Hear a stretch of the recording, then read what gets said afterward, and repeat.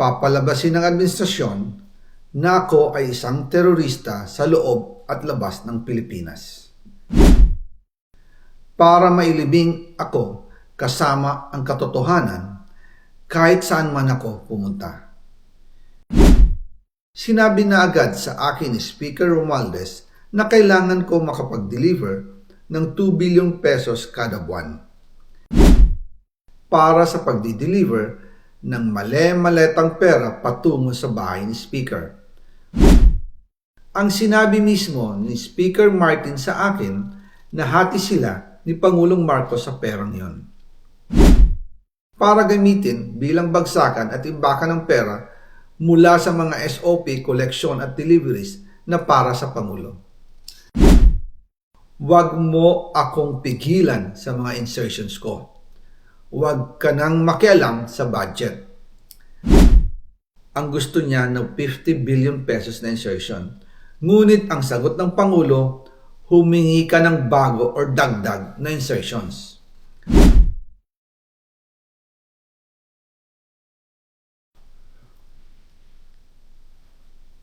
Magandang araw po sa inyong lahat.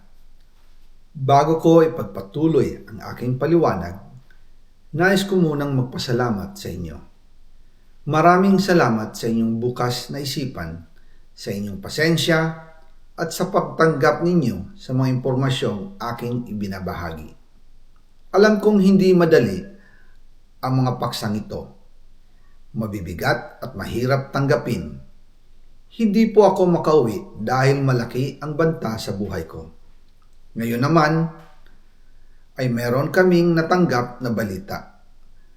Papalabasin ng administrasyon na ako ay isang terorista sa loob at labas ng Pilipinas.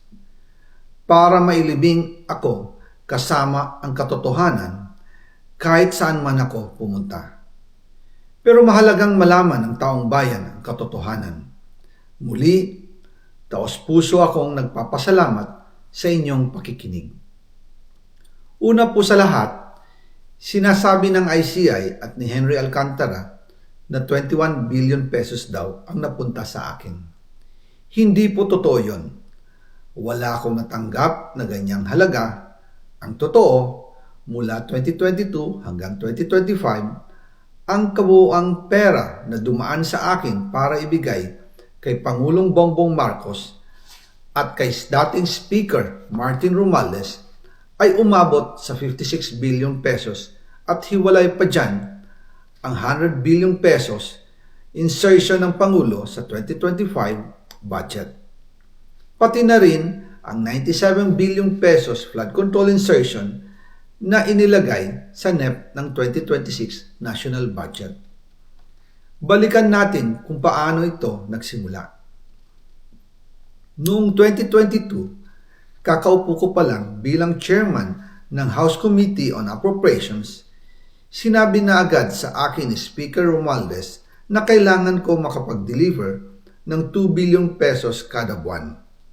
Makalipas ang ilang araw, tumawag sa akin si Yusek Bernardo. Sabi niya, kailangan ng tulong ng Bulacan sa problema nila sa baha. Pinapunta niya sa opisina ko sa Kongreso si DPWH District Engineer Henry Alcantara. Sa naging meeting namin ni Alcantara, siya mismo ang nag-offer kung paano ang hatian sa mga proyekto ng DPWH. 22% para kay Speaker Romualdez, 2% para kay Yusek Bernardo at 1% para sa kanya. Doon po nagsimula ang tinatawag nilang deliveries. Ang sistema po ay ganito. Ang mga tao ni Henry Alcantara ay nakikipag-ugnayan sa mga tao ko na sina Paul Estrada at Mark Tiksay. Sila ang tumatanggap na pera mula sa mga tao ni Alcantara. Minsan sa bahay ko sa Valle Verde, minsan naman sa BGC parking.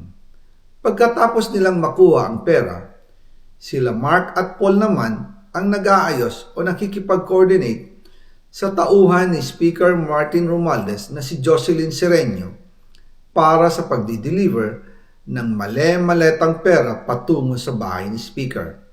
Una, sa North Forbes Park sa McKinley Drive at nang lumipat siya sa number 14 Nara Street, South Forbes Park. Gusto ko pong linawin, hindi ako nakikialam sa mismong proseso ng paghahatid. Dumaan lang po sa akin ang pera na agad dinideliver kay Speaker Romualdez. Ako lang po ang nagko-confirm sa text kay Speaker kapag nadala na ang pera sa bahay niya. At lahat ng ito, mula sa unang utos noong 2022 hanggang sa huling delivery noong 2025.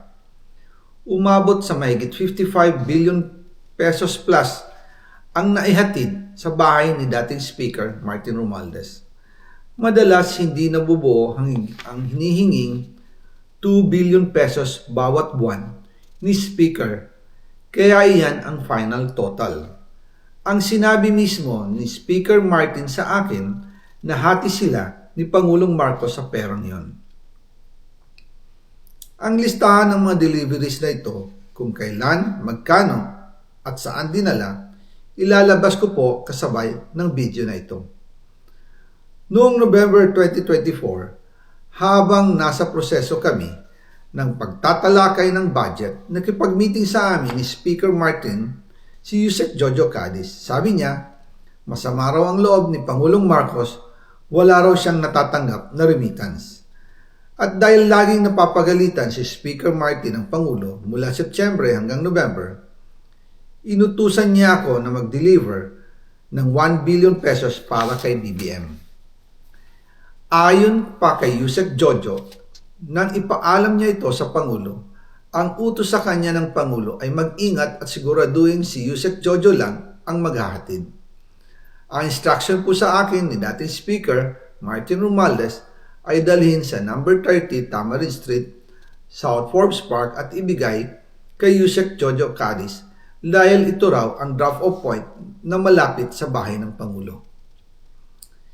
Sinabi rin po sa akin Speaker Martin Romualdez na si PBBM ang nag-utos sa kanya na bilhin ang bahay sa number 30 Tamarind Street para gamitin bilang bagsakan at imbakan ng pera mula sa mga SOP, collection at deliveries na para sa Pangulo.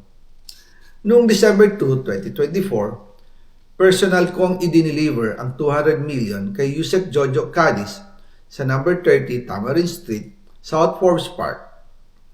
Ayon sa kanya, dadalhin daw niya ito sa bahay ng Pangulo sa number 41 Nara Street, South Forbes Park. Kasunod nito, noong December 5, 2024, muli akong nag-deliver ng 800 million sa parehong address at Yusek Jojo Cadiz pa rin ang tumanggap. Sabi niya, iyon naman ay dadalhin sa bagong bahay ng Pangulo sa South Forbes Park. Sa kabuuan, 1 billion pesos ang personal kong naihatid. Ako mismo ang nagbigay ng pera, kasama ang aking driver at mga tauhan. At lahat ito ay base sa direktang utos ni Speaker Martin Romualdez. At yan po nabuo ang kabuuang halagang 56 billion na ipinadala mula 2022 hanggang 2025.